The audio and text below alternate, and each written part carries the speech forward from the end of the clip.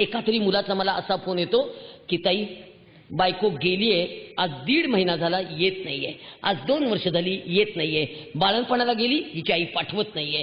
सगळ्या आयांना असं वाटतं की जावयांनी स्वतंत्रच राहावं, एकटंच राहावं. अपेक्षा फार वाढल्या. जावई एकुलता एक पाहिजे, आकाशातनं पडलेला, वरचं नको, पुढचं नको, मागचं नको, खालचं नको. सगळ्यांची अपेक्षा तीच. काय करायचं का आमच्यासारख्या एकुलत्या एक मुलांच्या आईवडिलांनी? कुठं जायचं? सगळ्यांना एकुलता एक कसा काय नवरा चालेल का? आम्ही काय करायचं मग? काय करूया? सगळ्या मुलींच्या आईंनो विचार करा. परवा मी वधूवर मेळाव्याला गेले नांदेडला. पोरीनी बायोडेटा सांगितला, मी सॉफ्टवेअर इंजिनियर आहे, मला 65,000 पगार आहे. ज्याला 65,000च्या वर पगार आहे त्यांनीच माझ्याशी संपर्क करावा. मुलगा शक्यतो पुण्यातलाच हवा, 2 BHK फ्लॅट असलाच पाहिजे. सासू सासरे फोटो पुरते चालतील. तिच्या आईला म्हटलं पोरगी फार स्पष्ट बोलते. त्यावेळेला तिला लहानपणापासून मी अगदी स्पष्ट बोलायला शिकवलेलं आहे, बोल्ड बनवली आहे, बोल्ड. म्हटलं ही तुमची सून म्हणाली तर करा विचार. मातृत्व झुगारून द्यायला निघाले त्या कार्ट्या. काय करू मी? अनाथ बाळच सांभाळते मी. आत्ता 22 बाळ आहेत माझ्याजवळ अनाथ. आणि ही बाळ दत्तक मागायला आयटी क्षेत्रातल्या मुली जास्त येतात. आयटी क्षेत्रातल्या मुलींना स्वतःचं बाळ नको आता. आयटी क्षेत्रातल्या जोडप्यांना आता स्वतःचं मूल नको आता. आयटी क्षेत्रातल्या मुलांना आयतं मूल पाहिजे. आयटी क्षेत्रातले नवरा बायको परवा बाळ मागायला आले होते, बसले. म्हटलं बसा, तरुण दिसताय, बाळ का दत्तक हवंय? नाही नाही म्हणे, मला 15 लाखाचं पॅकेज आहे, माझ्या नवऱ्याला 20 लाखाचं पॅकेज आहे, आम्ही दोघांनी बाळ जन्माला घालायचं म्हटलं तर 9 महिने गरोदरपणाचे आणि 6 महिने बाळ सेटल करण्याचे, आमचं 15 महिन्याचं नुकसान होतं मॅडम. बॅकलॉग कसा भरून काढायचा? बॅकलॉग कसा भरून काढायचा? म्हटलं अगं काय सुंदर असतं मातृत्व. अगं बाळ नसतं तेव्हा ते कधी येतं याची आतुरता, बाळ आलेलं आहे पोटात हे कळलं तेव्हा ते कधी बाहेर येतं याची उत्सुकता, आणि ज्या वेळेला ते येणार याची तारीख कळली की मरणाला सामोरं जाण्याची तत्परता. हे मातृत्व आहे बाई, हे मातृत्व आहे. पटतच नाही. Don't be emotional madam, B practical. म्हणलं आता प्रॅक्टिकल होऊन सांगते. हे पोर कुपोषित आहे, याला आईने फेकून दिलंय, याला आईने मरण्यासाठी फेकून दिलेलं आहे. ते पोर मरण्यासाठी फेकून दिलेलं दारात असताना त्याला मी पोटाशी घेऊन सांभाळलंय. मला आई होता येत नाही, मला आजी होता येतं. मी अंगावर सोनं घातलं नाही बायकांनो, पण मी बाळाच्या घुटीमध्ये रोज सोनं उगाळून घालते, कारण माझं बाळ कुपोषित आहे आणि ते बाळ मला दत्तक द्यायचंय. मी त्या मुलीला स्पष्ट सांगितलं, हे बाळ मला आईच्या ताब्यात द्यायचंय, यंत्राच्या ताब्यात नाही. देणार नाही म्हटलं बाळ. यांना इतकं सोपं झालंय बाळ जन्माला घालायचं आणि 6 महिन्याचं झालं, 2 महिन्याचं झालं की लगेच पाळणा घरात ठेवायचं. बेबी केअर सेंटर, डोंबलियांचं बेबी केअर. आणि 6 वर्षाचं झालं की 5 गणीला ठेवतायत. पर्सनॅलिटी डेव्हलपमेंट यांच्या बापाने ठेवली 6 वर्षाच्या बाळाची personality. CBC pattern, CBC pattern आम्ही नाही शिकलो. ठेवतात ते पोरं लांबच्या लांब कुठेतरी 5 गणीला. ती मेट्रन आणि तो तिथला रेक्टर इतके ओरडत असतात, ते बाळ धाय मोकलून रडतंय रात्री ममा ममा ममा करून. जवळ गेला कुणी नाहीये, सायकीच झालीत पोरं. माहितीये तुम्हाला? एकीकडे घटस्फोटाचं प्रमाण वाढते, एकीकडे आई नाही, एकीकडे वडील नाही. सगळ्या आया सांगतात मी शिकलेली आहे, मी आर्थिक क्षमता आहे, मी माझं पोर कसंही सांभाळीन, त्याला देणार नाही. त्याला वडील नको. आणि सगळ्या वडिलांनो, लग्न झालेली पोरगी ठेवून घेताना 4 वेळा विचार करा की त्याला वडील नकोत का त्या बाळाला. बालवाडीवर पाट्या लिहिलेल्या आहेत, वडिलांकडे राहणाऱ्या मुलांना आईने भेटू नये, आईकडे राहणाऱ्या मुलांना वडिलांनी भेटू नये. काय करायचं त्या लेकरांनी? सगळी निरागस बाळं एकटी येत असतात, सगळी निरागस बाळं सायकिक झाली आता. परवा राजेशजी जैन यांची एक छान फिल्म बघितली, पप्पा तुम कहां हो. सगळ्या बायकांना मी बजावून सांगते तुम्हाला, मांडीवर घेऊन थोपटायला आई असावी लागते, पण खांद्यावर घेऊन थोपटायला वडील असा वेच लागतात. हे वडील पाहिजेत.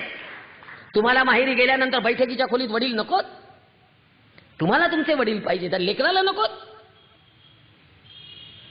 काय ते इगो, काय ते डोकं, काय जिथे अन्याय होता तिथे जा ना ग निघून. हल्ली एक नवीनच फॅट निघाले हो. राखी पौर्णिमेला पोरगी आणायची आणि शिमग्याला सोडायची, शिमग्याला आणायची दिवाळीला सोडायची, आणि बाळणपणाला आणायची ती ठेवूनच घ्यायची, एकावर एक फ्री. फार आगाऊ झालंय. एक बँकेतला अधिकारी मुलगा आहे, 90,000 पगार आहे. अगं त्याच्या आईने तो 4 वर्षाचा असताना त्याचे वडील वारले. त्याला इतकं चांगलं सांभाळलं, इतकं चांगलं सांभाळलं, इतकं चांगलं सांभाळलं, आणि त्याचं MSc BEd पोरीशी लग्न केलं. सून घरात आली, पहिल्यांदा लगेच दिवस राहिले, आणि डॉक्टरांनी सांगितलं की बहुतेक जुळं असेल. नंतरच्या सोनोग्राफीत कळलं ते तिळ आहे. पोरीला बेडरेस्ट सुरू झाली, सासूने बेडरेस्ट काढली, प्रवास करायचा नव्हता, आणि हिची आई बाळंतीण ती पोरगी झाली, तिळ झालं, आणि डोकं बडवत आली. माझ्या लहान पोरीला कसं 3 पोरांचं करायचं व्हायचं, मी घेऊनच जाणार आहे, नशीब फुटलं तिचं. आणि गेल्या घेऊन आज 4 वर्ष झाली पाठवत नाही. तो जावई जाऊन पाया पडून येतो, आणि त्याला मारतात धरून सगळे मिळून. इतका मार खातो, इतका मार खातो, इतका मार खातो, काही करत नाही, पण काही बोलूच शकत नाही. कायदा जेवढे वकील इथे बसले तरी खरं मला सांगा, या कायद्याचं मी काय करू ते खरंच तुम्ही सांगा. इतकं एक कुटुंब व्यवस्थेला इतके धक्केच नसता, पोरं निरागस वेगळी, काय करावं मला काही कळेना बाबा. एकीकडे वृद्धाश्रमांची संख्या वाढतीये आणि एकीकडे निरागस पोरं अनाथ आश्रमात. काय करायचं ना. मुलींच्या आयांनो जरा विचार करा ग. आता परवा मुलीचे वडील आले, मला म्हणतायत विदाऊट किचन घर असेल असाच जावई आम्हाला हवाय. म्हटलं असा जावई विदाऊट किचन घर असेल असा. बर म्हटलं मग फुटपाथवरचा देऊ का.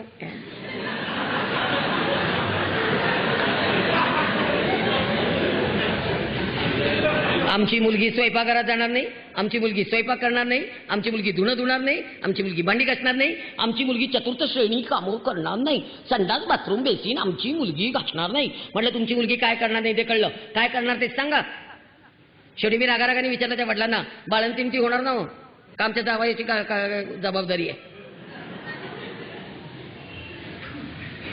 काहीतरी वेड्यासारखं. आणि सगळ्या मुलींच्या आयांनो थोडंसं भान ठेवा. याच्यामध्ये यांची चूक नाहीये असं मी म्हणत नाहीये. 100 ठिकाणी हे चुकत असतील, पण 1000 ठिकाणी आपण चुकतोय म्हणून बोलायचं. परवा एक बाई आल्या भांडत, तुम्ही पुरुषांना काहीच सांगत नाही. म्हटलं त्यांना सांगणाऱ्या 100 बायका आहेत, पण बायकांना सांगणारं कोणी नाही ना, म्हणून मला सांगावं लागतंय.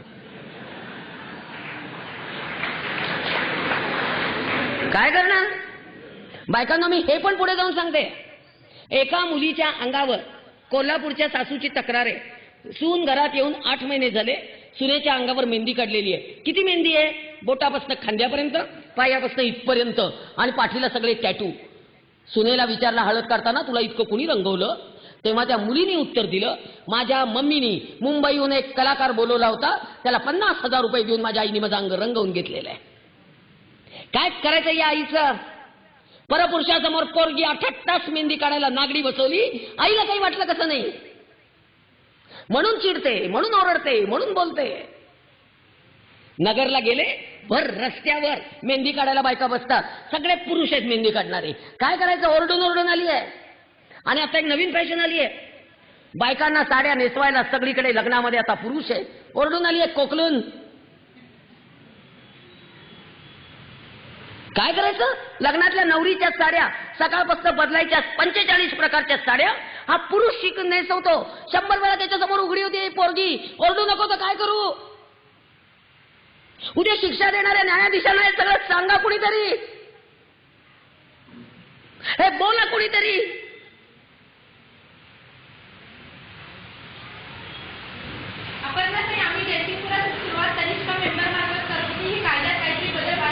नक्कीच व्हायला पाहिजे, नाहीतर आम्हाला काय करायचं प्रश्न आहे. छाती फुटून चालली आहे माझी, छाती फुटून. फार मला खरं नाही इतका अस्वस्थपणा आलाय बायकांनो, मी काही करू शकत नाही. रडण्याशिवाय मार्ग नाही. आणि फक्त दोष देत बसायचं, फक्त दोष देत बसायचं, सासूलाचे दोष देत बसायचं. मला या बायकांच्या नटण्याला विरोध नाही करायचा, पण बायकांनो सध्या ब्युटी पार्लरला तुमचे केस कट करायला सुद्धा पुरुष आहेत. सांगलीमध्ये असे मॉल्स आहेत की जिथे सगळ्या बायका बॉडी स्पा, हेअर स्पा, फूट स्पा सगळं पुरुषांकडनं करून घेत आहेत. आपण भारतीय स्त्री आहोत ना. या सगळ्याचा विचार कुणी करायचा? फक्त एकट्या मी. आणि मग माझ्यावर ऑर्थोडॉक्सचे शिक्के मारले जातात. मारू देत, काही बिघडत नाही. पण मी माझ्या नवऱ्याशिवाय कुठल्याही परक्या पुरुषाला माझ्या अंगाला हात लावून दिलेला नाही. हे माझं पातिव्रत्य आहे आणि हे माझं सतीत्व आहे आणि ते मी मानले. बाकी मी ऑर्थोडॉक्स असले तरी मला चालेल. त्यामुळे करूया विचार. आणि सगळ्यात आणखीन एक महत्वाचं नातं सांगता सांगता राहून जाईल. जावाजावांचं. छान वागा बाई. आणि सगळ्या सासवांनो, 2 सुनांमध्ये पक्षपात करू नका. एक जवळची आणि एक लांबची. पक्षपात जरा करणं बंद करा. आणि जावाजावांनो, बहिणींसारख्या राहा. आणि सगळ्या नंदांनो, भावजाईच्या संसारात ढवळाढवळ करायला जाऊ नका. तो नवीन एक कायदा आला ना, आणखीन डोक्याला ताप. वडिलांच्या इस्टेटीत समान अधिकार. वडील गेल्याच्या 8व्या दिवशी येत आहेत कार्ट्या. वडील गेले, आता भावाकडे इस्टेट मागते.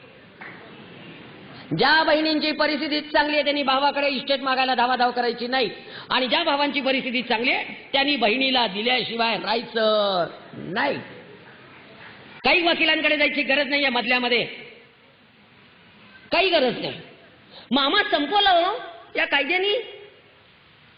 तुम्हाला कळत नाहीये पण हा कायद्याने मामा संपवला. काल भाऊ आला सपनात, आज आला दर्पणात आणि म्हणाला ववाळ निघालायला कधी येऊ गवी तुला तामणात. तो भाऊ 8व्या दिवशी कोर्टाच्या पिंजऱ्यात. सगळी नाती संपवली या कायद्याने.